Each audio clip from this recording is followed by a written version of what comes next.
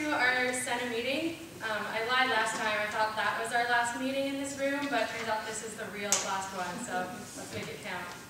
All right, if there are any proxies, could you please introduce yourselves at this time? Hi, my name is Alyssa Daly, and I'm proxying for Taylor Tulls. And I'm Emily Ritchie, and I'm proxying for John Byer. And I'm Ben Brumfield, and I'm proxying for Nathan Lowe. Great. All right, now Secretary Orton will take roll. Okay, Price? Here. Wilhauer? Here. Harris? Here. Chang? Here. Comstock? Here. Young? Here. Ross? Here. Rice? Here. Worthman? Here. Lau? Rossi? Hall? Here.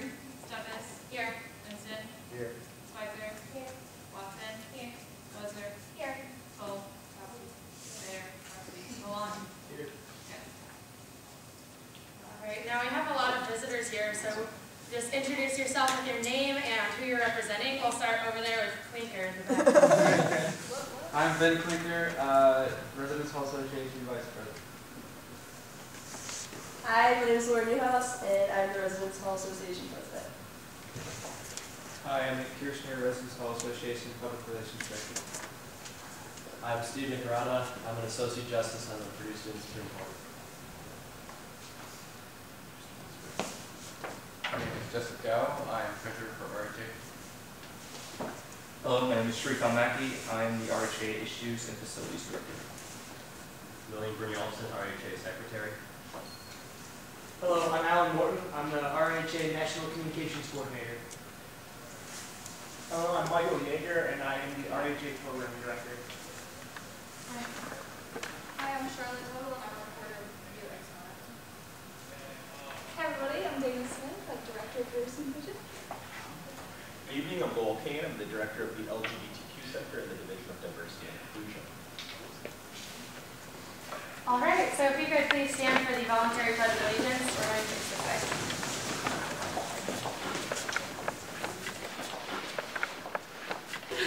I pledge allegiance to the flag of the United States of America and to the republic for which it stands, one nation, under God, indivisible, with liberty and justice for all.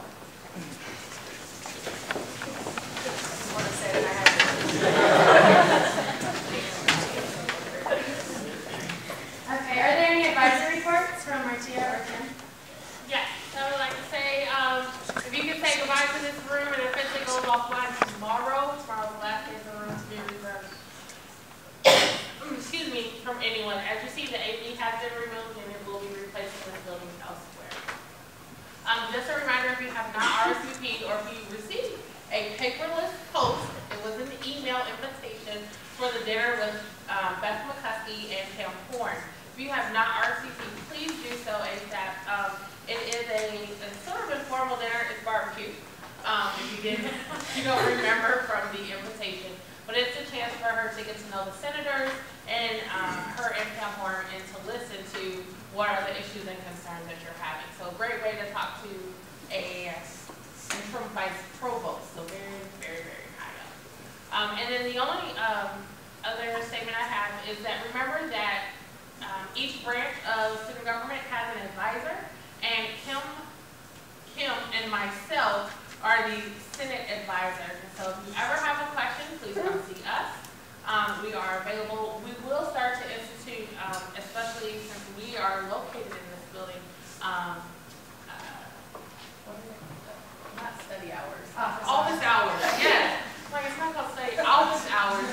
But if you are already here on a regular basis, you know you can always just drop by. And if you do need my cell information, I will make sure that that is available. That is it. Great. All right. Cabinet reports? Yeah, just to give you guys an update on the budget, we have currently used about $20,000. The current balance remaining is $93,470. $93,470.39.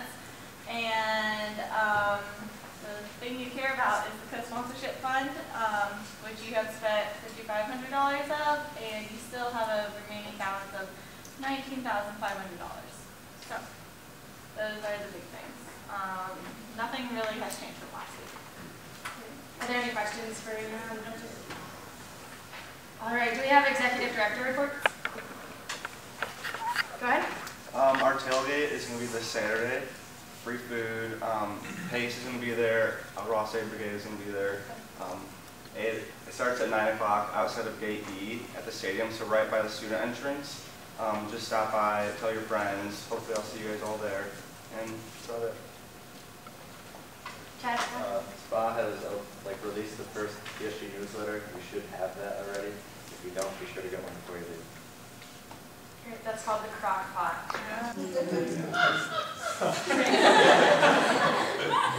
Awesome. Okay, well, if we don't have any more reports, we're going to invite Mr. Lowell Kane up. He's our guest speaker tonight. We're very excited to have him. He's the director of the LGBTQ Center, and which is fairly new to Purdue's campus. So, welcome, Mr. Kane. Thank you.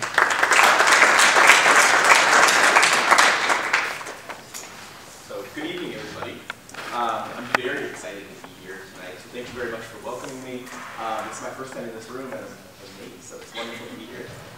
So I am the inaugural director of the LGBTQ Center on campus, which is a part of the Division of Diversity and Inclusion on behalf of Christine Taylor, who is our Vice Provost for Diversity and Inclusion, who also oversees the Black Cultural Center, Latino Cultural Center, Native American Education and Cultural Center, Diversity Resource Office, Science Bound, and also the Lewis Stokes Alliance for Minority Participation. All of the resources that are on campus in the Division of Diversity and Inclusion are open to all students on campus. And I invite you to visit the resources, visit the centers if you have not been to the cultural centers or the programs that the cultural centers provide. At this point, please join us. We have some amazing upcoming events, which I'm happy to talk about. If you have questions about any programs that are upcoming, I can share a few details. The LGBTQ Center, I just want to share a few details about the center because we have done some collaborations and I want to foster some opportunities for more collaboration. It's the newest part of the Division of Diversity and Inclusion. We only opened on campus 2.5 years ago, July of 2012, and in those 2.5 years we've come a tremendous distance. Right now the landscape for higher education for LGBT folks, it's a little shocking. And Purdue is actually leading the way, which is really exciting to say. If you look across institutions of higher ed, only 7% of universities in the entire country have any dedicated resources. And by dedicated resources, I mean centers like what we have on campus. We are now leading the way because we just relocated our center to a new facility in Schliemann 230, which is a 1,500 square foot facility with a dedicated library, a computer lab. We expanded our staffing. Please come and visit us. But through partnerships with PSG in the past, in 2010, students were able to advocate for an inclusive non-discrimination policy, which says that we don't tolerate discrimination based on sexual orientation, gender identity, and gender expression, which puts Purdue into a category of only 6% of universities in this country. At 94% of universities, students, faculty, and staff can experience discrimination and have no recourse whatsoever. And PSG helped to make this campus a more inclusive place. And for that, I think we have something to really celebrate. Our most recent ranking that we found out about just only within the last month is that as recently as 2007, Purdue University was on one of the most difficult public rankings that exists. Who's familiar with the Princeton Review? A lot of hands, good. Ranks public and private institutions. Since 1994, the Princeton Review has ranked the top 20 least LGBT-friendly institutions in America, and as recently as 2007, Purdue existed on that ranking, the least LGBT-friendly campuses in America in 2007. In 2014, October of 2014, Purdue was ranked by bestcolleges.com as one of the top 30 best campuses for LGBT students in the country because of the institutional changes, the infrastructural changes, and also the support processes that have been put on campus. That includes safe zone workshops, programming. Did anybody come to the Laverne Cox event last semester that was co-sponsored by PSG? Okay, good. That's wonderful. We're doing collaboration. It's really exciting to see what's going on campus. And we're creating a more, not just diverse campus, but a more inclusive campus. Diversity is about numbers. Diversity is about metrics. Inclusion is about weaving people into the fabric of our institution, the narrative of the institution, and everybody becoming more a part of an affirming organization, a more affirming Purdue. we have a bi-weekly meeting essentially with Brittany. So I meet with Brittany all the time.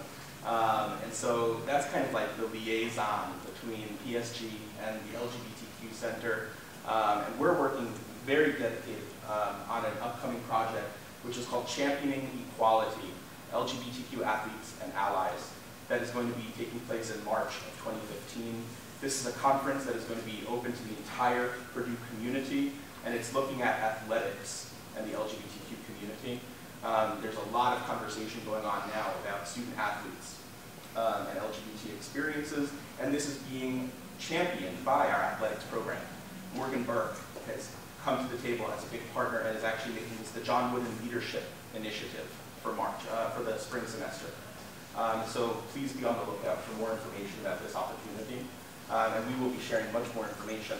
Most importantly, we just found out, and I just shared this with Brittany, that we have been invited to present at NASPA and ACPA. So Brittany will be coming to New Orleans and Tampa next semester to present at the two largest student affairs conferences in the country to talk about the work that is happening as a result of collaborations with PSG. That is something that you all should be very proud of. But we still have a lot of work to do. We are making these great leaps ahead, but there's tremendous differences between policy changes and lived equality, everyday equality for students on campus. So we still have a lot of work ahead, healthcare concerns, gender inclusive housing, work on just every day feeling welcome on campus. And so I definitely want to just introduce myself, make that connection with you as a person, as an individual, and say that I welcome you all to the LGBTQ Center. I really hope to see you come by and visit. I really can't wait to partner with you on a more one-on-one basis. So please, I welcome you to Schwingen 230. I'm thrilled for this invitation tonight, and I don't want to take up too much more time, so I know we're at on time. But if you have questions, we have to. Yeah, we have to. Okay. So I would welcome a few questions if there are any in the room.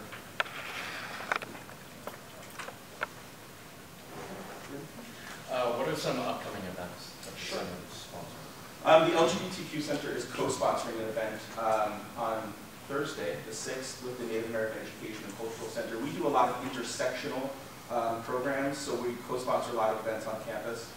So there's an event featuring Billy Mills, who is a Walla Lakota, a former Olympic gold medalist turned philanthropist, who talks about overcoming racism in the Olympics in 1964 in Tokyo. He was the only Walla Lakota gold medalist in the '64 Olympics, and he really faced some tremendous challenges. And he talks about what he experienced and to overcome what he was facing in order to achieve his gold medal, and then to become a leader in his nation and to inspire youth today, right? And so he's going to be here at Purdue. He's going to talk about his life. He's going to talk about philanthropy and giving back to communities. He'll be here at 7 p.m. in the Future Gym in the KRACH, Thursday the 6th. Next week, the 12th and 13th, we have the wonderful Jessica Pettit, who's a social justice educator. Her website is iamsocialjustice.com. She's affiliated with the Social Justice Training Institute. So if anybody's been wondering, how do you engage in conversations about social justice work? These difficult dialogues that we can have about intersecting identities, those challenging conversations that we all face. This is what she does. She trains you. These are workshops. And then she's also going to give a keynote lecture that's meant to inspire us, called If Not Us, Then Who? Let's Rise. Those will be on the 12th and 13th. And the keynote will be on the 13th in Fowler. All of this information, a lot of it, we are very active on social media. And so if you use Twitter, if you use Facebook, the LGBTQ Center is all over that. We just got Instagram. So we're very active on social media. The 17th through 21st is HIV/AIDS Awareness Week, which is a giant collaborative event. That includes PUSH, the Black Cultural Center, it includes student organizations, Purdue Student Union Board, a lot of programming areas and student organizations are involved in making a concerted effort to raise awareness about health and that HIV/AIDS impacts all communities. And so there's a lot coming up, and coming in the next semester, There are some massive speakers. This is being recorded. Can I announce something? Yes. All right. Is this going to go live anywhere? It'll be on YouTube. PurdueReview.com.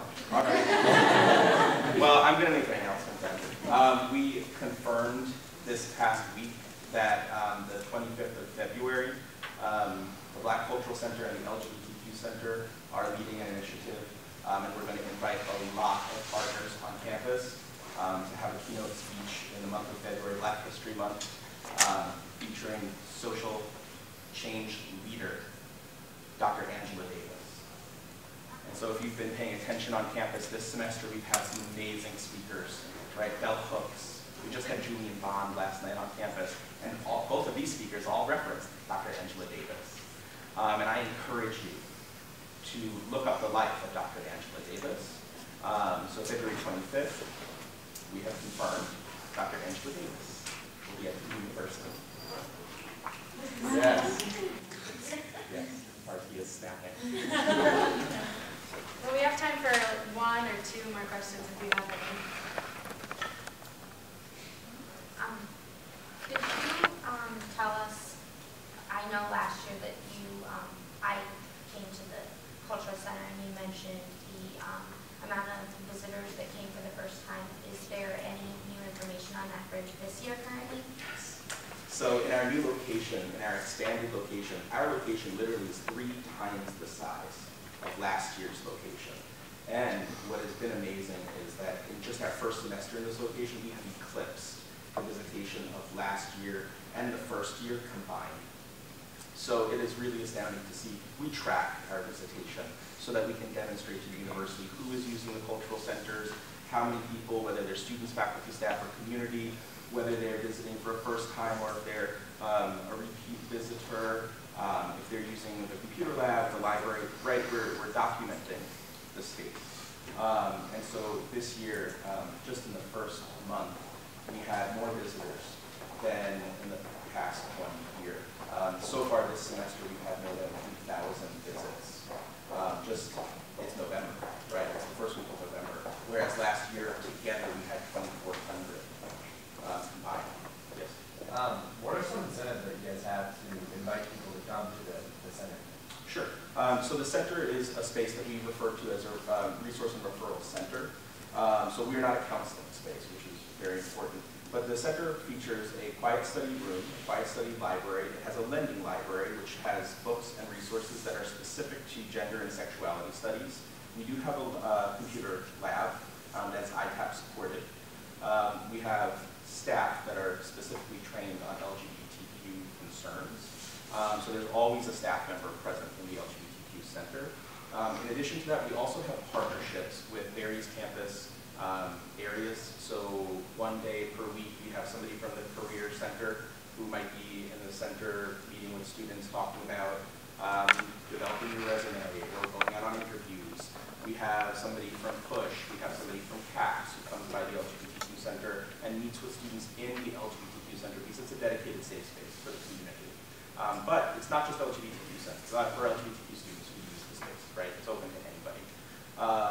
We have Lunch and Learn series that happens within the center as well. So for example, tomorrow at noon, Dr. Lori Graham from Women's Gender and Sexuality Studies, who's a retiring professor. She's going to retire in December. And she has lived a life that outside of being a professor, she has engaged in wonderful activism outside of Purdue.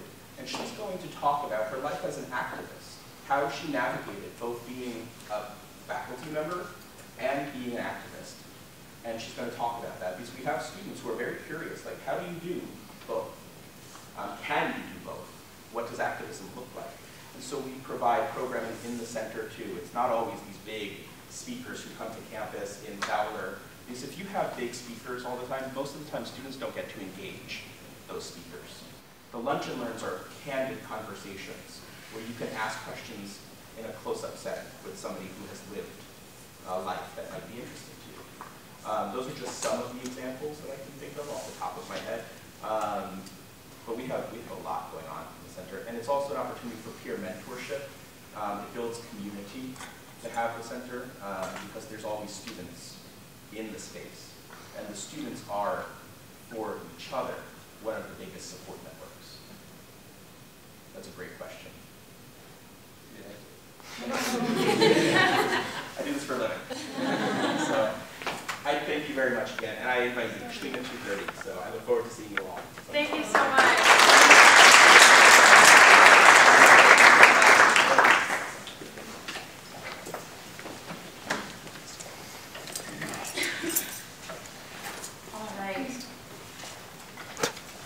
All right, now we're going to move on to old business. So is there any old business? Senator Steffes? I move to bring up Bill 14-20. Second. It has been properly moved and seconded to bring up Bill 14-20. It's amendable and debatable and requires a majority vote. Is there any discussion? Senator Steffes? Kind of repeating what I said in caucus, unfortunately last time we did not have a printed off document that was visible showing all the changes that have been made. You now have in your folders a correct document. So moving on with that, the changes are still the same. Nothing's been changed since the last meeting, and so I feel that to help us as a Senate function in a more efficient, not necessarily an efficient way, but the way that we're supposed to be working, that we really need to make sure that this update is made. Senator Harris? Could you speak to a couple of those changes? I know one thing was definitely the organization. First off, things were not placed correctly. With the second thing was the oath. Originally in the standing rules, the oath was taken from the oath that the president and vice president give. And so that's been changed to the way it's supposed to be for a senator. Also, all bills that were passed last year to change standing rules have been added, which one of those includes in Article 5, I believe, Section 8. It's the process of impeachment. I don't know if I had that right, but for the process of impeachment, that was a bill that was passed last year, and we added that in because that was supposed to be added in last year and was not. So. Can I ask you a quick follow-up? Have any changes been added that weren't part of Senate legislation? No, I do not believe so. But Senator I Yeah, I can speak to that a little bit more. I was on the committee to help write this. There weren't any changes that were not part of either making numbering corrections or formatting corrections or part of legislation that was passed last session. So we pretty much did not want to change any of that stuff. Good deal. Is there any further discussion? Seeing none, we will move to a vote. All in favor, please raise your name placards. All opposed, same sign. Abstentions? And just for the record, proxies, you can vote. Do we want to re-vote so you can do that? Abstain? Okay, awesome. Just for the future reference for proxies, if you want to vote for it or against it or abstain, just raise your name placard. Great. So did we have 3 abstentions? No, I was Oh, got it. Did you get that? 1702. Cool. All right, Bill 14-20 passes. Is there any other old business? Seeing none, we will move on to new business. Is there any new business? Senator Young? I move to bill, excuse me, I move to take up Bill 1421, mid-semester cabinet transitions. Second. It has been properly moved and seconded to bring up Bill 14-21. It's amendable and debatable and requires a majority vote. Discussion? Senator Young? So this bill, which I'm trying to find, so this bill, as we discussed in caucus, is basically allowing the Maddox administration to make some personnel changes. As you all know, we lost Jacob Maddox, unfortunately. But Anna Horton is here, and she's going to do an awesome job. New role as secretary, and Jordan Meissing will be the senior policy director. It's already official because he wrote his name Sharpie. We're very professional. Actually, Bobby wrote this, but he's like, you sponsor it, and I think it's obviously true. Is there any further discussion? Seeing none, we will move to a vote. All in favor, please raise your hand placards. All opposed, same sign. Abstentions? All right, Bill 14-21 passes. Is there any other new business? Sorry, Ryan. Do you want to do that now? Are you ready? Appropriate time. Can we do it now? Okay. Don't we need to suspend this? All right, let's swear in Jordan Mason. Stand and raise your hand, please. Okay, yeah. Okay, so. All right, it's been properly moved and seconded to suspend the rules. It requires a 2/3 vote. All in favor, please raise your hand placards. All opposed, same sign. Abstentions. All right, now we'll swear in. All right, if you please stand and raise your right hand and repeat after me. I state your name. I, Jordan Mason. On this 5th day of November 2014. On this 5th day of November 2014. Do solemnly swear. Do solemnly swear. That I will. That I will. To the best of my ability. To the best of my ability. Abide by and uphold. Abide by and uphold. The bylaws and the Constitution. The bylaws and the Constitution. Of the Purdue Student Government. Of the Purdue Student Government. I will conduct. I will conduct. All executive business. All executive business. With the best interest of Purdue University. With the best interest of Purdue University. As my main objective. As my main objective. I, Anna Corning, as Chief Justice and spokesperson of the Judicial Branch, now declare you a cabinet member of Purdue Student Government.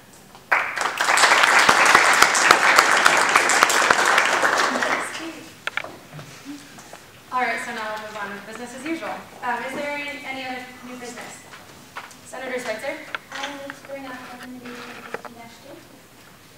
Second. It has been properly moved and seconded to bring up recommendation 14-2. It's amendable and debatable and also requires a majority vote. Discussion? So, I co-wrote this with Senator Toll and President Hikes, and it's pretty much just a recommendation to the Faculty Affairs Committee of the University Senate for Purdue to implement a mandatory mid-semester evaluation during the 6th week of the semester. In the past, it's been at the end of the semester, and a lot of students have little to no incentive to complete it because they've already completed the course. So if it's in the middle of the semester, they can also kind of voice their opinions to their teachers on how to change the course. Is there any further discussion? I just want to share that actually last night, right before this meeting, a student who's one of my friends is also a constituent sent me like a 4-paragraph Facebook message saying that we need to do more of this kind of evaluation and transparency stuff. It's a good rant. So I just want to say there's a lot of support for this kind of stuff. And this is good stuff. Senator Harris? Well, no, I guess not. So just a question. Are we, and this is never feel like country, do we see any problem with biased courses after these evaluations? And, it's at all kind of build one out. I mean, I know that they are only private and things like that, but there's still listed ways of referring to those certain things. I'm just concerned about that affecting students' grades after the course. Senator Gallant? I think we have to trust the students to not disclose any identifying information. You could make the same argument that if I had a class with a professor left a negative evaluation and the next semester I had a class with the same professor, there could be an issue of bias. We're putting power in the students' hands, but not to quote Spider-Man, but power goes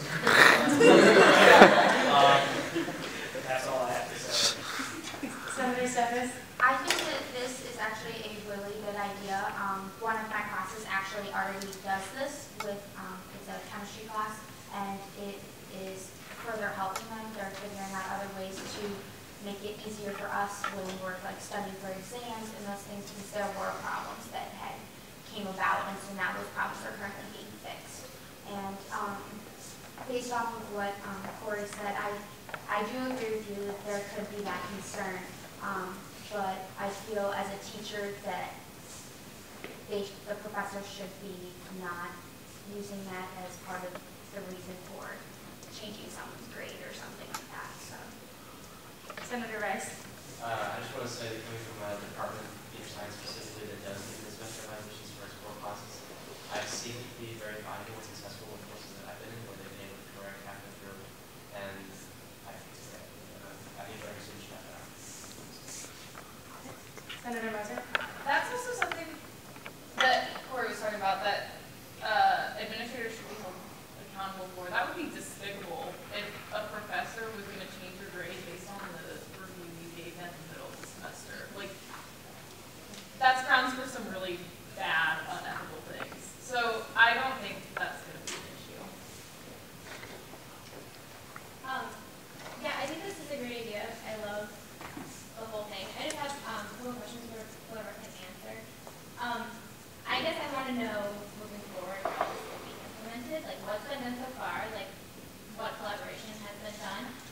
And things like, are we going to look at the way departments that already do this do it and take that into consideration instead of just being like, everyone has to do this? I want to know, moving forward, how this is implemented. And I suppose Bobby. Yeah, I can speak on that a little bit. So, kind of the background I went into this was I met with David Sanders. I met David Sanders at a reception for faculty senators for the first time. He was the chair of the faculty senate steering committee, so he kind of gets to choose which way the legislation is going to go for the year. And this is something that he came to me because he was very passionate about it. And I said, that's funny because I'm pretty passionate about this as well. So we made that connection, and Jordan and I actually met with him and got his thoughts and input on it. And then from there, I brought it up with both Dr. Dooley and Provost Dutta separately, and then got them in a room together to also discuss this topic. And that's where kind of the logistics of it come in, to being a 6-week evaluation based on Provost Dutta's suggestion, a formative evaluation, in that you're correcting or offering suggestions on their teaching style rather than like the course content or how things are structured. And then to make it mandatory, I think that was both David Sanders and Provost Dutta. So for here, I said that this recommendation will go to the faculty senate, the University Senate Faculty Affairs Committee, where we'll go through a few readings, and then if they push it on to the university, we'll just get expanded to them. And then it'll be working with the current structures that are in place to really hammer out what this is actually going to look like, and a lot of that will be best practices based on what's currently out there in some of these other departments that we've seen. Any further discussion? Senator Moser. Direct question for Bobby. This came up during the caucus. These aren't replacing the end of semester evaluations. No, so the idea of this would be it would be in addition to, so leave the end of semester evaluation the way it is for now, being not mandatory, but still have the opportunity for people to take that. And then it has a different focus because it's course content and the overall structure of the course, whereas this is more directed towards teaching. Senator Comstock. I just want to say I think this is a great idea. Clement and I are actually in a new curriculum through the College of Pharmacy, and some of our professors have adopted this just on their own, trying to make these new classes even better for us, since it is the first time they've ever been taught.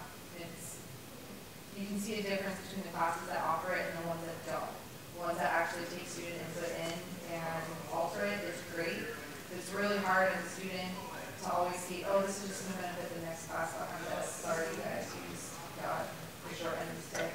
So having them in the middle actually helps the transition, especially with the new classes that are put in place. Any further discussion? Seeing none, we will move to a vote. All in favor, please raise your name placards. All opposed, same sign. Abstentions. Recommendation 14-2 passes. Further new business? Senator Young. Move to take up recommendation 14-3. Second. It has been properly moved and seconded to bring up recommendation 4-3. It is amendable and debatable and requires a majority vote. Discussion. Senator Young. Okay, so this recommendation is titled Supporting Asian and Asian American Resource and Cultural Center. India Kim is with us. He's back over there. Some of you may know him. He's also in PSG. He works a lot with me to get this done, and Jordan Ross, and what you see yourself. Basically, this bill is expressing support for the creation of a temporary Asian and Asian American Cultural Center location in Stewart Center. We talked about this in caucus. I just want to reiterate, we're not actually telling Purdue like we're going to build a new cultural center and how big it should be, how many dollars we should spend on it. We are only asking them to create a temporary workspace so that the art committee can like start collecting donations, get an interim director, and all the things that they need to do to eventually get their own cultural center, if that's something that the university has agreed to. There's like a 5-year plan in place. That process is going on without Senate's direct like involvement, but so we're not getting involved in that. This is simply asking Purdue to create a temporary location so these students can begin to form the resources that they need to go to that. Senator Gallant. I think some of us took issue with the phrase create during caucus. To clarify, we're just allocating, suggesting the allocation of unallocated space to art is what we decided is the intent of art during caucus. Correct question? Yes, that's correct. Senator Harris. I'm really not sure how I feel about this yet. I'm really all about inclusion for students and students who are from different backgrounds learning to adjust to other cultures and to integrate with cultures. I'm not sure that individual cultural centers are necessarily the best way to do that. I really think it creates a huge siloing effect where cultures kind of watch off from other cultures. With that being said, that's not the point here. We kind of talked about this a little bit last week, and I kind of didn't really expect this to want to be this week. I think that we all are kind of on the fence about how we feel, and maybe we could use some more time to look this over and look through it, and really decide. You all know how I feel about recommendations, that they should be unanimous. And I'm not sure that that's it now that I can vote for it. So that being said, I really think that we're going to move to table this in the next meeting. It has been properly moved and seconded to table this bill, or this resolution, I'm sorry, or recommendation to next meeting. It's amendable and debatable and requires a 2/3 vote. Is there discussion? Senator Young? I think that we're about to vote to table this bill. I really don't think that that's necessary. I'm not sure what additional information will be gained if we waited 2 weeks to vote on this. I think we have a lot of information right now. Like I said, I know, okay, so the siloing effect is something that we're all concerned about. We're just asking for Purdue to let them work out the student center. Like, we're not trying to build a new cultural center. If that's something that through discussions with Purdue University, maybe these two groups of people will realize that that could happen, and maybe we don't want to create individual cultural centers anymore. And that's between them. But this is only giving them a temporary workspace. I don't think that tabling it does any good. And if I'm still allowed to, I'd like to yield my time to Brittany, who had some thoughts. Yeah, thanks. I just wanted to say that if you need additional time, and that's how you decide, like, that's fine, but please don't take the siloing effect to be like your reason to vote against this bill. I think that we just had a speaker talk about the ways that cultural centers work together and work with the rest of campus. So just don't think that the creation of a cultural center is going to make that group of students block themselves off from the rest of campus. I just wanted to voice something. Senator Steffes? I totally agree with Mike on this about the opinion about tabling this. From the way I understood from what was said in caucus and the way the recommendation is written, it's a temporary place for them so that they can get a foothold and a starting up of their group. And later down the road, yeah, we could bring up the fact of bringing a cultural center for all the different groups to be in one location. But for right now, I feel that using this as a temporary thing for them to get started, I think that this is really necessary for them. Senator Gallant? In terms of a temporary space, I kind of feel the siloing effect is a cop-out. If you were afraid of cultural isolation, this is kind of a bad place to be because, as a person from a different culture, this place is culturally isolated in terms of this where we are located, this town. This is a great move to support student organizations. Just heard Lowell Kane speak about how participation saw an uptick when the center had space allocated. I think I have more than enough information to vote in favor of the recommendation from the university. And if I'm not wrong, standing rules don't say that we need a unanimous vote. I'm sorry if you feel that way, that they should be unanimous, but that's not. Senator Rice. So I kind of fall in the middle, I think, of the two groups, but I carry more sentiment as far as I think the division of the cultural centers might not can create. But at the same time, for the temporary space, I do agree with this recommendation and have no problems with it, because I believe that a temporary space will organize and regroup in collaboration with the future of a possible recommendation, which I intend to advance hopefully this Senate term for a larger diversity and inclusion center. I think the purposes of this recommendation don't tarnish that or hurt that at all. So I intend to vote for it.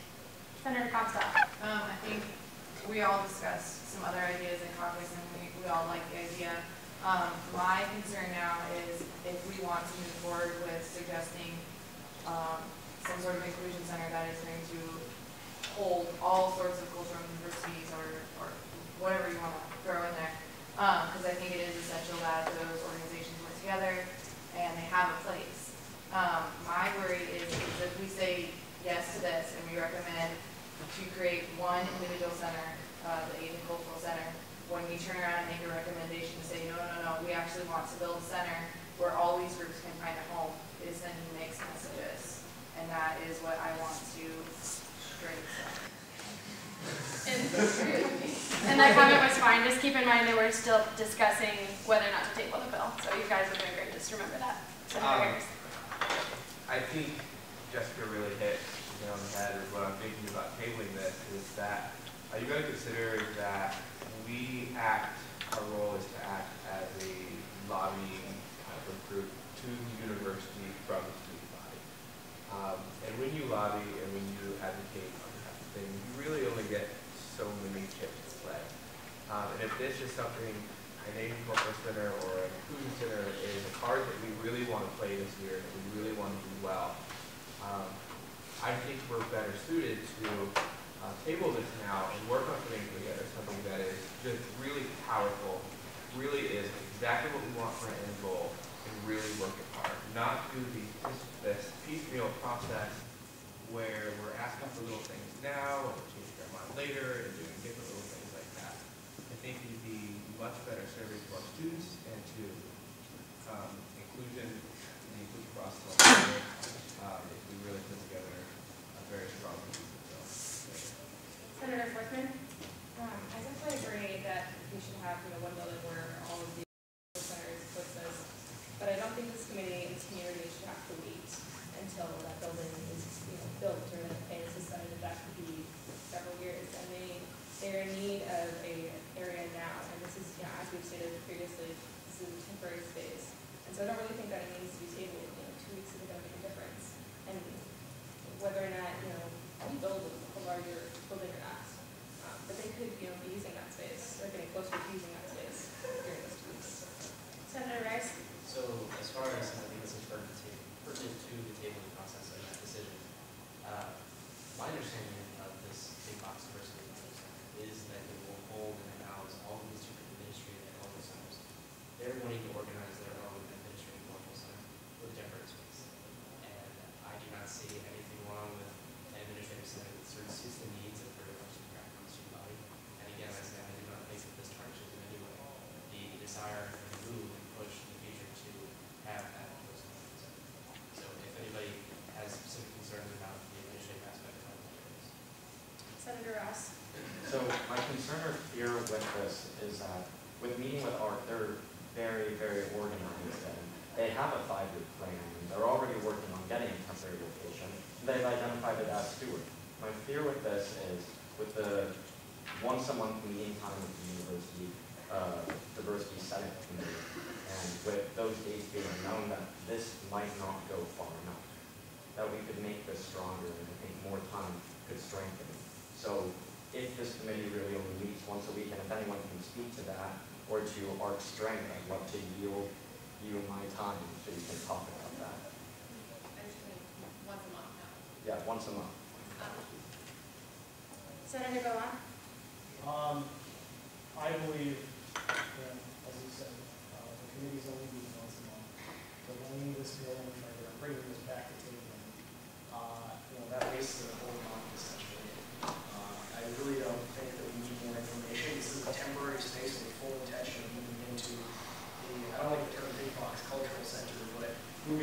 space once that's done. Senator Wildhaber? I think that everyone's making great points on whether or not to table this. Personally, I am for this recommendation, but however, I've been talking to my constituents and several of them, and they're not. And so I know that I cannot vote in good faith. I believe that if this were to be tabled, revised, and made stronger, as Jordan put it, then I could give my constituents a better, just more detailed and elaborate anything for them to really work with. Because right now it seems like it's just an idea of an idea, and I think that's wonderful. However, I know that my constituents are not for it, and so I would like it to be. So I would like to table it for that purpose. And just for the record, we're running low on time for this particular motion. Senator Hall? Just a question you might feel free to ask. We're looking for a table of bill for more time to revise in what direction are we revising for? We're revising so there's an aspect of students, are we revising for so that way it'll be a much more time for more, just like what's our focus. Senator Comstock? My idea is if you revise this recommendation, you could include something like we suggest temporary housing in the meantime until this type of center could be built. That way, if they do have a 5-year plan, they aren't building their own 5-year plan that completely does not agree with what we would recommend to the university. So you could say, yes, by all means, have a place to run your organization in the meantime, but include your 5-year plan into this 5-year plan that we are suggesting to the university. That is how I would that's why I would like to table it to revise this recommendation to have something along those lines. Senator Young? Yeah, before we begin, how much time do we have left? 3 minutes. 3 minutes. Wow. Eternity. So we're hearing, okay, this bill goes too far. This bill does not go far enough. The senator from Jordan, we're hearing that this bill should be rewritten, tabled, and made more powerful. Well, Jordan worked with me on this bill, and Jordan insisted that it have language that it has now. So I don't really understand why we would change it. Now, okay, that's just what happened. So my understanding, and I think a lot of you all feel this way, like most of the room wants to vote on this thing now. We know that delaying an additional 2 weeks is not going to do anything. Why don't we just vote on it now and get it over with? And so we see this like alliance of like, maybe we should make it stronger, maybe we should make it weaker. I think the majority of Senate's already made up their mind, and we're going to be here until tomorrow morning going back and forth on this issue. So, what's that? Oh, and so with the remaining time I left, Brittany, do you have anything else you'd like to say? I just want to say, like, I don't know, maybe you already have to mind, but this is just about a student organization, like, getting a space. Like, this is not for us to be, like, arguing about whether or not there should be additional cultural centers or cultural centers at all. And I just keep, the things I'm hearing are, like, I'm hearing that, and I'm not hearing about student organizations getting their space.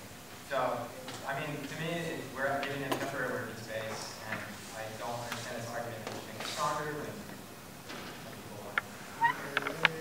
so, if you have anything to say and you agree with me, please don't say it so then we can hear the rest of everyone's ideas and then vote. Senator Ross? So instead of responding to call-outs, I'd like to yield my time to Director of Diversity and Inclusion, Minjin. Oh, guys,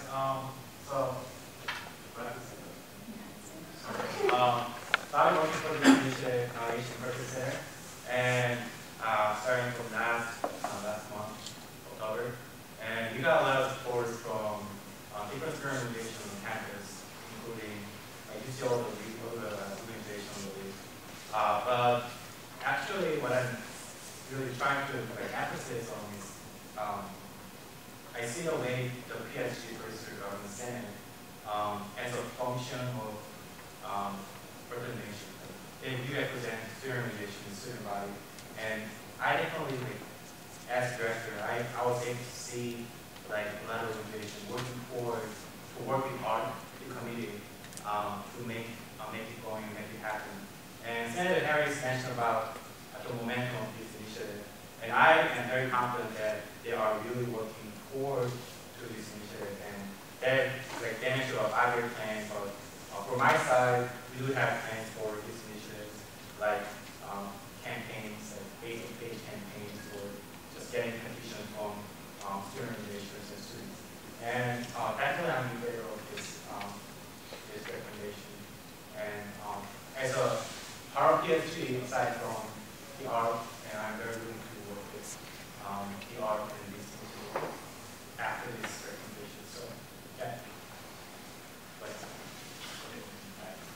Sorry, we've expelled all allotted time for this motion. So at this point, we can either vote to extend the time for this motion, or we can move to a vote. I move to extend the debate 7 minutes.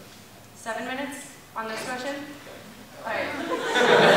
So that is amendable and debatable and requires a 2/3 vote. All in favor?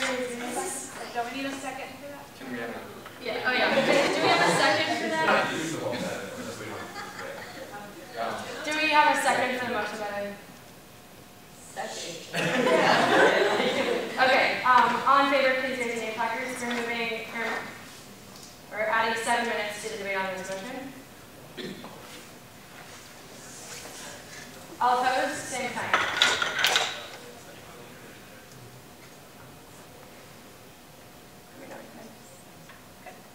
Abstentions.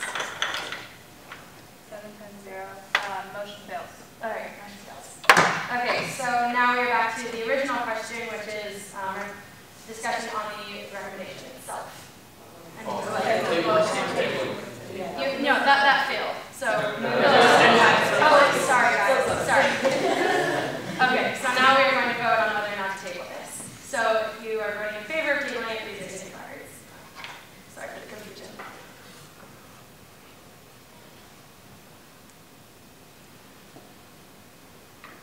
Do I have to know who did this? Corey Harris. Well, do I have to know like who voted? Yes. Hold on. All right, we're going to do it by roll call. Wow. That's you. Just say aye or Aye. none. Okay, Paul? Harris? Yay. Wildauer? Aye. Forthman? Yay. Price? Price? Ritchie? Toll? Yay. Spicer? Yay. Watson? Nay. Chang? Comstock? Aye. Winston? Nay. Gallant? Yay. Young? Nay. Ross? Aye. Moser? Nay. Stuffus? Nay.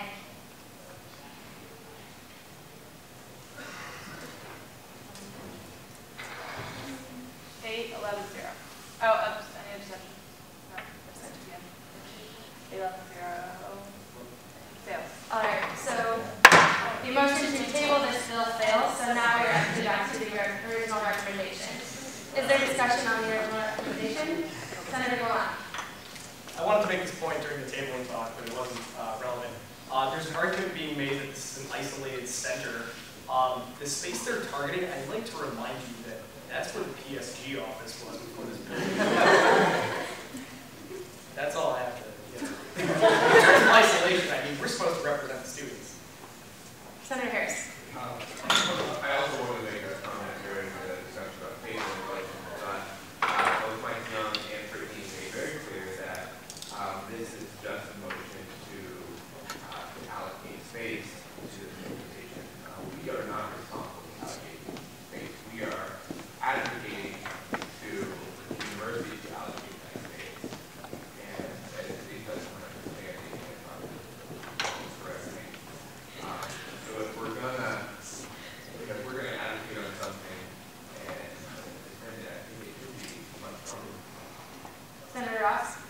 So with tabling out of the picture, I'm going to vote in favor of this. I think we all should, and that if you want to work on the changes that I would like to see with this, or the strengthening in different areas, feel free to come to the Student and Academic Affairs or SAW meeting. Senator Toll.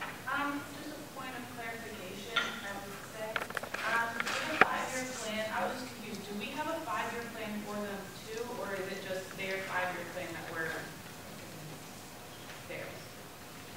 That's a direct question to Minday. It's a 5-year plan for our community, and I guess like for them, it's a temporary the way that they see, etc. We are not, as kids, we are not responsible for their 5-year plan, but as student organization, as PSG, we should represent, the functional organization to represent the student voice, and definitely we can work and support for this 5-year plan. Yeah. Senator Watson? I just wanted to speak to what Corey said. The way I understood this was, this is space that they were already expecting. They were told that they would be given this space in a timely manner, and then it just, in the bureaucracy that we are working with here, got shuffled around and didn't happen. So we're just trying to send a message to the university that, like, you should, if you're promising your students that they can have this space, you should follow through on that, because if they don't do that and we don't support this, then I think that was really bad. Senator Stephens. I have a direct question for me. Could you summarize what your 5-year plan might look like, just kind of briefly, not a long, detailed thing, a brief summarization? Okay. The 5-year plan. All right. So 5-year plan is not my plan; it's their plan. Yes. For as director of diversity and inclusion, I'm committed to work for this initiative with ARC. My actual personal plan as director is mainly work with the ARC, but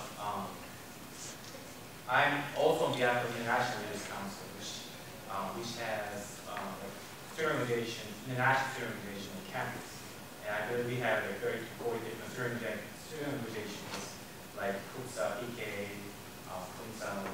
Those organizations represent their nation, right? So that's how I was able to get supports and sponsorships from student organizations easily.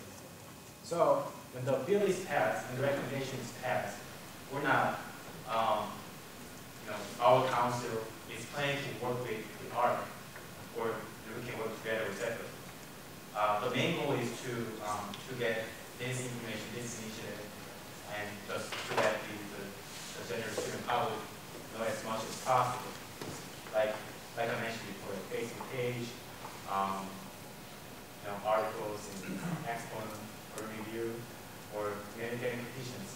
And actually 2 years ago, ARC made a petition, and they had about 1,900 signatures, so we can actually activate and make it a hot topic. And I personally believe we need the Asian Culture Center, or Asian Red Culture Center. Not because I'm an Asian, but it can be a symbol function for diversity and inclusion. And we are diverse, as you know, that there are a lot of international and Asian students on campus, so we're not as inclusive as it should be. And we're one of few independent schools who should not have Asian culture centers. IU has them, UIUC has them, and Purdue doesn't have them. So this recommendation is not actually like in favor of making or just demanding to create the Asian culture centers. It's just a support for their community. And they were guaranteed to get the space last semester, but somehow it kind of went wrong. So we're trying to support their ideas and the concept of diversity. So, right. Senator Roder? Yield my time to one. Did you mean low pay? Well, that's exactly what I meant. She's yielding her time to you so that you can speak on behalf of this. Sure. I don't have much to say, but it is my understanding, I have not seen the 5-year plan, but it is my understanding that much of the 5-year plan is modeled off of the 5-year strategic plan that was utilized to create the LGBTQ Center, which was a strategic plan based on looking at policy, looking at benchmarking other peer institutions. So if you want to see the 5-year strategic plan for the LGBTQ Center, it's a Google document. If you Google online, 5-year strategic plan LGBTQ, you'll find the PDF for the LGBTQ Center, and it's modeled off of that document, so you can see peer institutions, et cetera, et cetera. I know that I shared that document because this has been a collaboration. Again, as Brittany shared, these cultural centers, these are designed to foster collaboration, to foster inclusion, we work together to create an inclusive atmosphere for all students on campus. And so we've been in communication. From the moment I got to campus, this was a conversation that I've been a part of and fully support. As an individual, as a director, I'm thrilled to hear this conversation taking place. And so I snapped. And we should be following through with promises because we should be following through with promises. Senator Rice? I move to call the question on this motion. Second. Right. All right. That requires a 2/3 vote, so. You don't need to know the record on this one. All in favor, please raise your hand. Calling the question. All opposed? Abstentions? All right, so we're going to vote on this recommendation. So raise your hand placards if you're in favor of this. And this one, you can just write down. Okay, nays?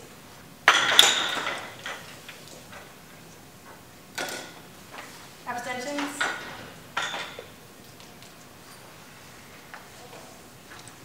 Switched.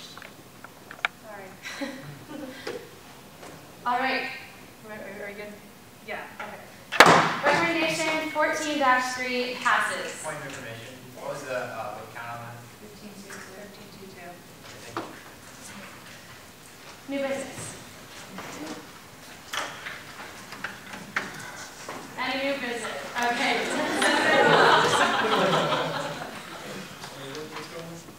New business. Is there another goal? Gestures from my right. Yes. Is there any new business? Move to bring up 14-4. Second. Mr. Conley moves and seconded to bring up recommendation 14-4. It's amendable, debatable, and requires a majority vote. Senator Rice. Okay, so this is one of the initiatives that I worked on this semester. This recommendation and our works with the state legislature in Indiana for specific full-time college student jury funding. So just to give some background on this issue, currently under the Indiana state jury rules, Indiana full-time college students can be called for jury duty, whether that's the jury summons and for an interview, and possibly jury duty service. That can be anywhere from a couple hours for interviews up to a couple months for a jury duty service. So the department behind this recommendation actually is working with state legislators to amend the Indiana jury rules, specifically to give a deferment option for college students at vocational, community, full-time students, also public and private universities, professional schools, basically anybody who's in college student status is in Indiana full-time. It'll allow them to have time for academic obligations aside from the set of duty and be able to defer to a point in the academic year where they can basically better fit into their schedule at the time. So it'll make them, I believe, less stressed out and more focused jurors in that process. And also to give, so decide Michigan passed the same jury duty deferment, what I'm recommending in January of this year. So it's something that is something that's come up in several states. Several states do it differently, but the deferment option is what I think would work best with Indiana. And that's my piece on that. Senator Comstock? I just want to bring and say again, like I did in caucus, I think this is a great idea. I know that at the state of Oregon, where I did my undergrad, they students are completely not even eligible for jury duty as long as you do hold full credit of full courseload. And I also think this would be a great thing if passed that we can work on in our committees to take to the state level. This would be a great initiative brought forward by students. Senator Wildhaber? I guess that's a direct question for Adam. So I guess I'm a little confused on deferment versus exemption. Why we're not like why complete exemption isn't given. I feel like that would seem easy, but of course it's not. Yeah. So the thought, and I looked at both sides, and I actually talked with Purdue Student this year to speak with the team, and the thought was the sentiment currently in the legislature is that full exemption of the civic duty of jury duty would be seen as kind of trying to push off something that is typically seen as a positive thing. You're serving civic duty, and it's a responsibility that every person who's a state citizen of the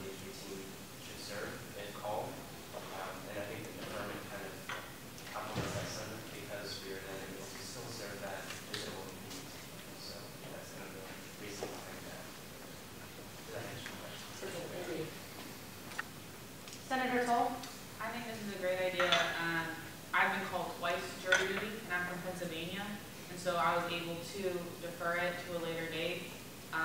And that's really benefited me as a student, and it's just something less stressful, you know, and I can actually fulfill my role as a student.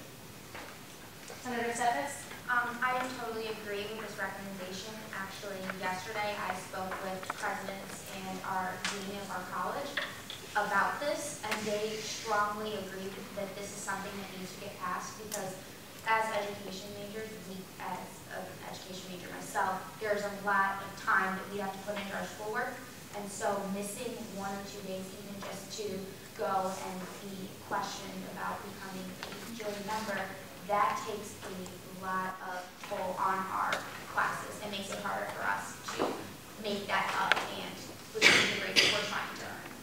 Senator Goran? I'm not sure if this is a point of order, but I've noticed that during this session we've had multiple people speak out in favor of something without having any disagreement.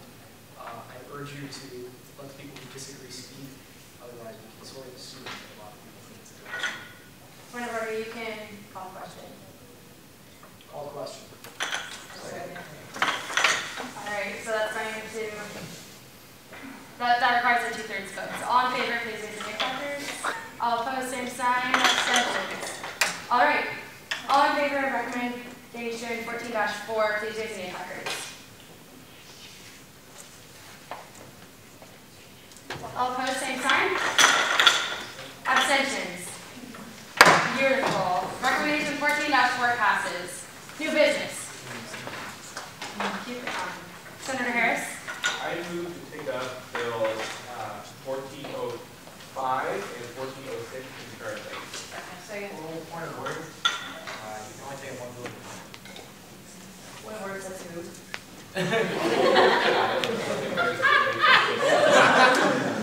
Somebody on the IFA committee who wrote all the documents, at least read through all of them. I have a point of order. They are not bills, they are recommendations. Okay. Recommendation 14.4 and 14.5 and 14.6 concurrently.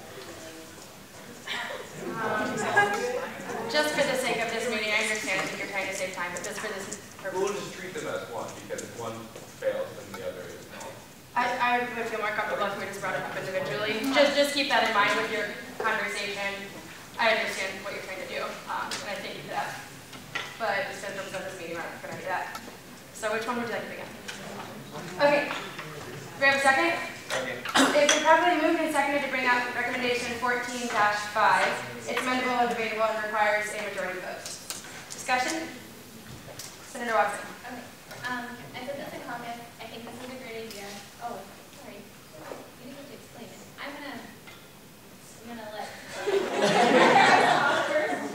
I got ahead of myself. Go ahead. Real briefly, I will explain it. I mean, it's pretty straightforward if you write the bill. Basically, what we're just asking the city bus to do is to audit what they currently have for campus bus groups because they're kind of ineffective at the moment, and a lot of changes happened to campus in the last few years without necessarily changes taking place to the city bus loops on campus.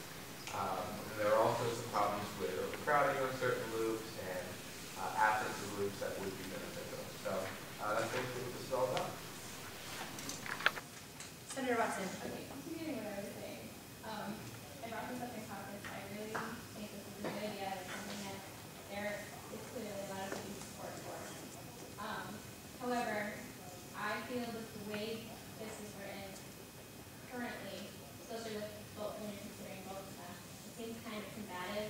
I feel like we should approach city bus as just students first and see what their ideas are instead of just saying, well, we demand we should make these changes.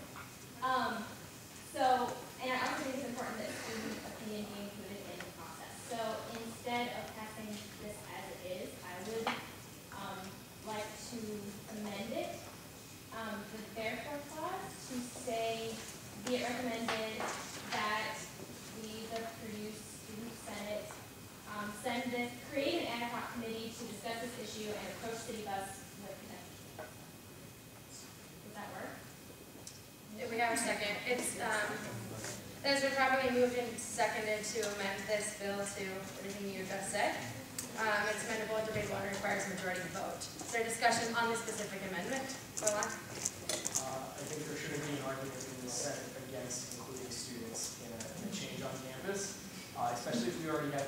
we're supposed to be talking to these individuals. Senator Harris? I'm not sure if I feel that the amendment is really necessary. I don't think it waters down the bill. I feel like the bill is pretty straightforward here, that we are speaking as the student voice of Purdue University, and that we would like to talk to City Bus about evaluating changes, and would like to consider those, and that this is the voice of the student body. And yes, I don't see a problem with creating a working committee to push this after we pass it, but I definitely think that this is very professional. This is something that should go to City Bus to see that this is something that we're serious about and would really like to take action on. Senator Ross? So, just to echo that, I feel like this recommendation is our invitation to start the discussion. And as far as voicing the students, the reference, at least what I know is the reference to the Tower Acres loop is something that I didn't make up. It's that I spoke to students and they expressed that concern. So I think each of these clauses in here, maybe you reflect with personally, or students that reflect with it. And so I think this is us inviting City Bus to the table. Senator Rice? Direct question to Senator Harris.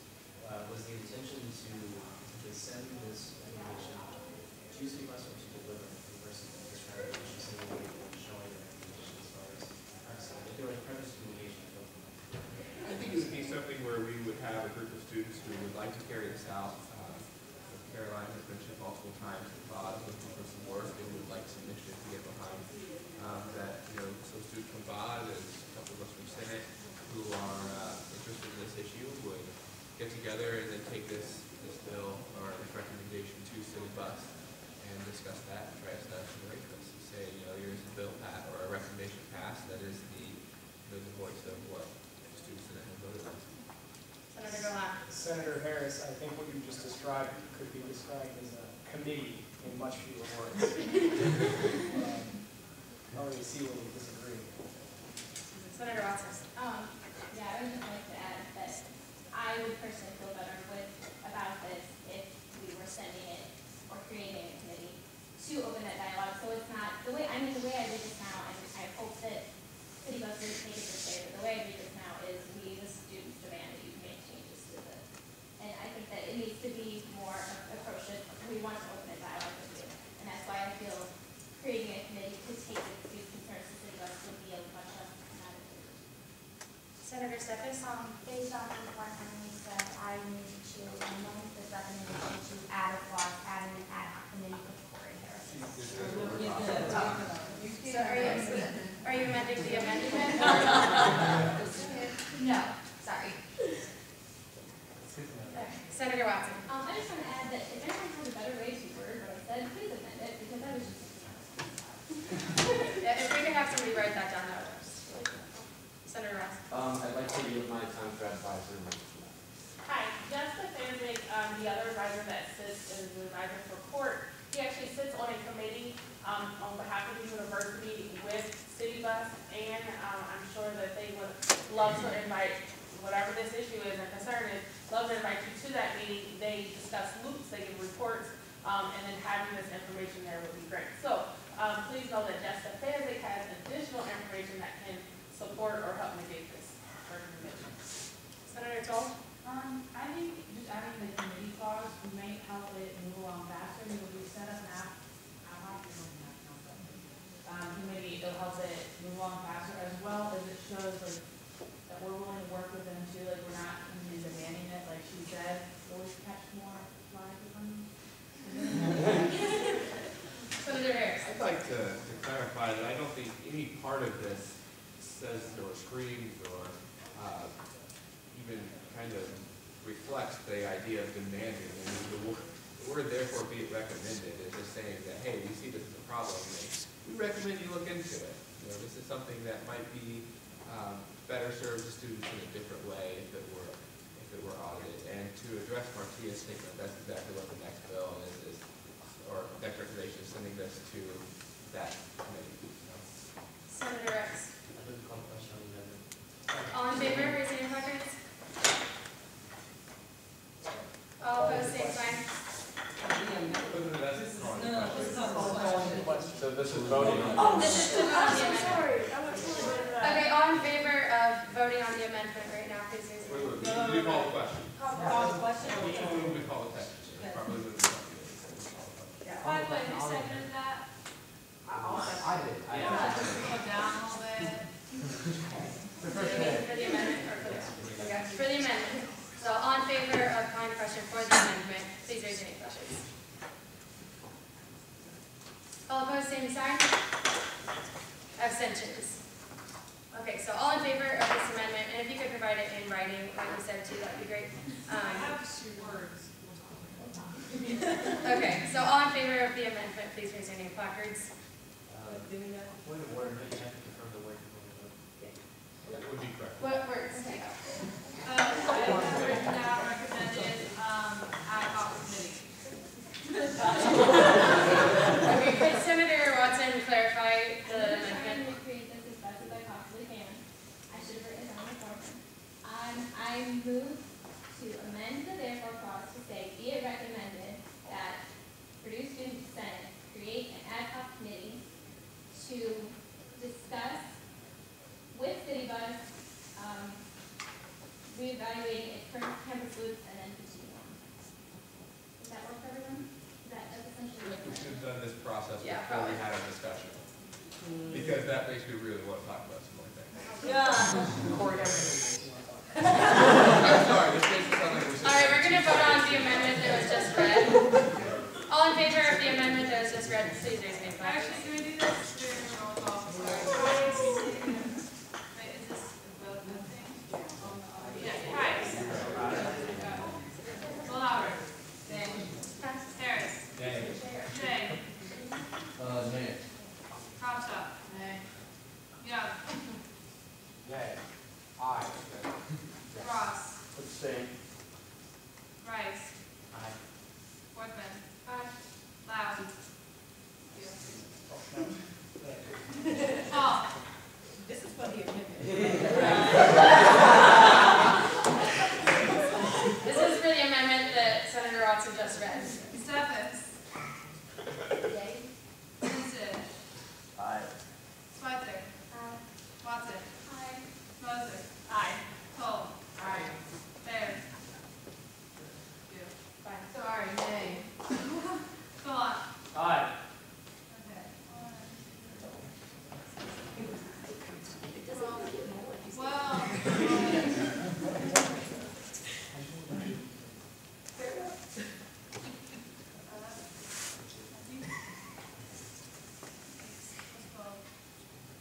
You're 12 yeses? 11 yeses, sorry. 11 yeses, all right. 11, 7, what? All right, the amendment passes, and now we're back to the original recommendation. Is there further discussion on the recommendation? Senator Steffes. I have a direct question to anyone that could answer this. Now that we've amended it to ad hoc committee, who will be the chair? I'm assuming it would be Corey, but I have zero interest in that.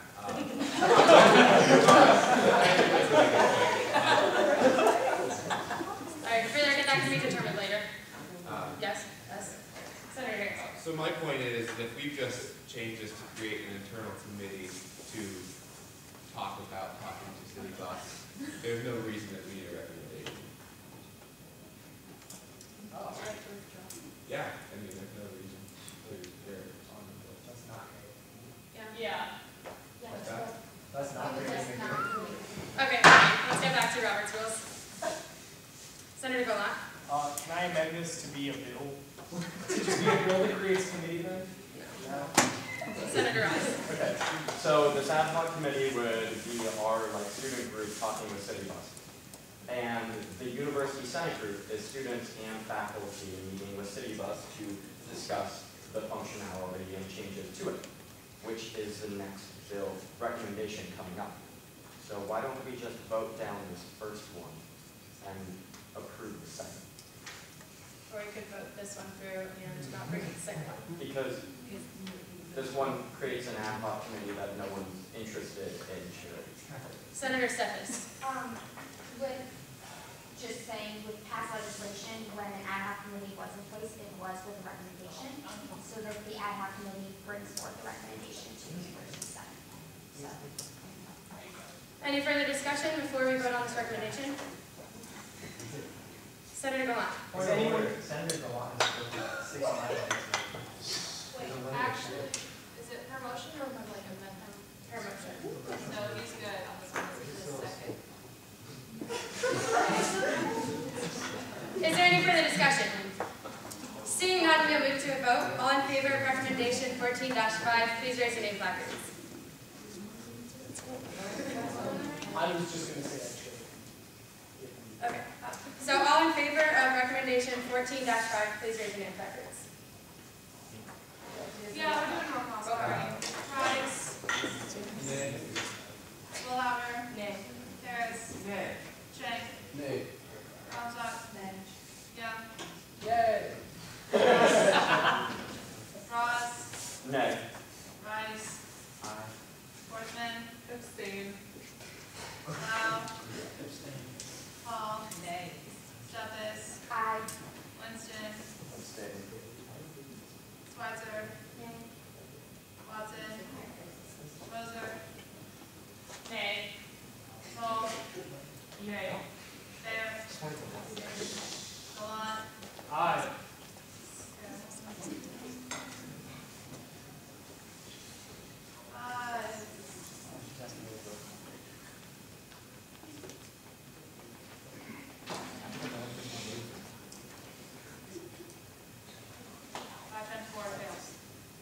Recommendation 14-5 fails.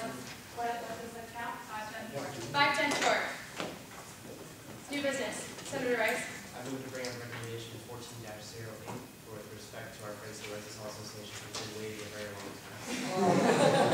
Thank you, guys. All right, it's been properly moved and seconded to bring up recommendation 14-8. It's amendable, debatable, and requires a majority vote. Discussion. Senator Watson. Okay. This is a recommendation that is going to be coming to us probably. The grad students are voting on it tonight, so it'll be coming to us if they pass it as our first grant resolution. I wanted to bring it up tonight so that we could make sure that everyone understands everything, the wording, and there's a memo included in this. I just want to make sure everyone had all the information so that over the next 2 weeks, if any questions come up, they can be addressed and we can hopefully pass this then. So if you guys have any questions, I do recommend that we table this. Senator Rice. So one thing I just wanted to talk about briefly, one thing in the memo of the 5 policy changes that were specifically recommended for the university was a reevaluation of policy for residence hall bulletin boards, and something where the wording was fairly vague, and we usually we decide that residence hall center and housing office, it's kind of intentionally left very open-ended, and I think that it should be revised, that policy, and actually of the Residence Hall Association, I'd like to yield my time to Lori Newhouse, the president of the Residence Hall Association, to explain a little bit about the action steps or action items they're taking. Okay, so from our discussion, we also agree that it's fairly vague. We have a meeting with some of our administrators this week, and we are also meeting with Purdue Graduate Student Government, Andrew Zeller, who's our representative. We're meeting with him next week to also get a better understanding of what they're actually wanting done. So based on if they're approving it tonight, and then your guys', then we will step forward into what needs to be taking place for the residence halls. Yeah, and that I think just shows that this recommendation we have legs and is important to students is something that we should be looking at. So. Any further discussion? Seeing none, we'll move to a vote. All in favor of recommendation 14-8. There's never a motion to table. Is there a motion to table? I move to table this bill until, for 2 weeks until the next meeting. Second. All right, so that is not amendable, or that is amendable and debatable and requires a 2/3 vote. All in favor of tabling this until the next Senate meeting, please raise your hand. All opposed, same sign. Abstentions. All right, recommendation 14-8 will be tabled for our next meeting in 2 weeks. Thank you guys so much for coming. New business. Senator Harris. Let's take up recommendation 14-06. This is basically. It's been properly moved and seconded to bring up recommendation 14-6. It's amendable, debatable, and requires a majority vote. Senator Harris. This is basically what we talked about a minute ago. This is recommending that the university consider some changes to campus moves and that they encourage city bus to change those. So this is very similar to the tea time recommendation that we just made. Further discussion before we vote. Senator Hall. Clarification. So with us voting now on the previous bill that would have an ad hoc committee or somebody to move this forward to the university, who is going to present this? This will work just like any other recommendation. President Haddock will sign this and ship it off to the administration. Further discussion? Seeing none, oh, sorry. Senator Young. Point of information, does this legislation call for the creation of a committee of students on it, or is it just go on? Just recommending that the university encourage change to schools. Further discussion? Portman. Senator Portman. Laura, I mean, yes, it doesn't need anyone to like directly advocate for it. I would say that recommendations like that and things like that don't happen. They don't have anyone backing them and pushing for them. You know, if it's not, you know, they're constantly, I guess, my concern is that it's going to like, I feel like we have all expressed a pretty significant interest in this project. I don't see why there won't be a working group that will work on it. Senator Winston. Yeah, I also want to say that even if it does happen or not, at least the university knows that we're thinking about it and that we want that to happen. So. Senator Golan. Senator Harris, Senator Forthman just brought up a concern that with no one backing this bill and pushing for this recommendation and pushing to see it through its completion, it might die. And your response was you expect a working group to pop up. Now you just explicitly disagreed with an amendment to a bill to create a committee on this, and you're not willing to push your own bill. If I don't see support from an author of a recommendation, is that a direct question? No, this is a statement. I have no reason to vote for this bill if the author doesn't see fit to support it. Senator Harris. I absolutely see fit to support a working group to push this along. I do support the last bill because we gutted the intentions of the recommendation and made it an issue that could have been resolved internally without legislation. Senator Ross. Yeah, to address Senator Forthman's concerns, I mean, governmental affairs is under DOD, and this will go to a university senate committee where students of Purdue Student Government serve. Further discussion? Senator Watson. I'd like to add real quick that despite the fact that I totally gutted Senator Harris's last one, apologies for that, I have no problem with this one because this is recommended to the university that we work with City Bus, not deny City Bus. We change. Further discussion? Seeing none, we will move to a vote. All in favor of recommendation 14-6, please raise your name placards. All in favor, please raise your name placards. Okay. All opposed, same sign. Abstentions?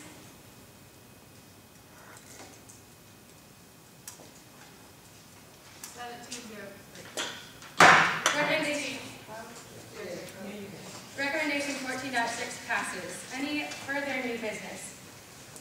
Senator Ross. I move to bring up recommendation 14-07. Second. It's been properly moved and seconded to bring up recommendation 14-7. It's amendable, debatable, and requires a majority vote. Senator Ross. So this came from the Student Academic Affairs Committee, SAW, and so what is following up on what we heard about the bike share system, and then instead of supporting one certain student that wants to implement a change on campus, this is a general message to the university that when projects or different initiatives come up and a student proposal is given to that sort of bid that is of relatively equivalent standing as an external vendor, that they should prioritize the student. Further discussion? Senator Rice. As one of the senators here to work with Senator Ross on this recommendation, I think that it's very important to stress also that at least local ones at the same time, there are of course offerings like independent study and group projects like senior projects that would satisfy this with faculty supervision. So I think that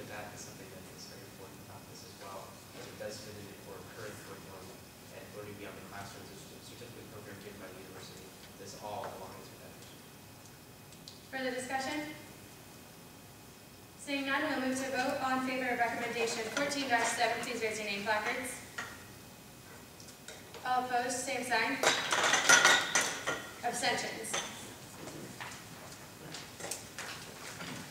18-0. Recommendation 14-7 passes. Is there any further new business? Is there a motion to adjourn? All right, it requires a 2/3 vote. All in favor, please raise your name, placards. All opposed, same sign. All right, meeting adjourned, but please stick around, we have a few announcements. If you all could like meet back there, we're gonna do like a short video segment for the CNN video. We have FTK letters, So just senators, everyone else is welcome to leave, but we need senators in the back after the meeting. Senator Ross. Yeah, Research Roundtable is on Tuesday, which is Veterans Day. And you are all welcome to sign up to work at PSG table for that. I'm going to email you our assignment. well, I can stop. I'm sorry, building off that, everyone who voted yes to that should be working the tabletop. Just saying. Senator Gallant. Not sure how announcements work. I don't know if I was supposed to submit a document, but next week on Thursday, Wolfram, who have created a product that probably helped you pass math, are going to be speaking in KRACH G016. If you guys want to come, there's a registration, but it's open to everyone and there's no cap. Just let me know. Senator Watson. I said this a little bit when we were talking about it, but make sure that you guys please read through all the information regarding the First Amendment policies and the memo, and if you have any questions, if you have any questions, please. Senator Steffens. I know during the ordering discussions that there was a concern about having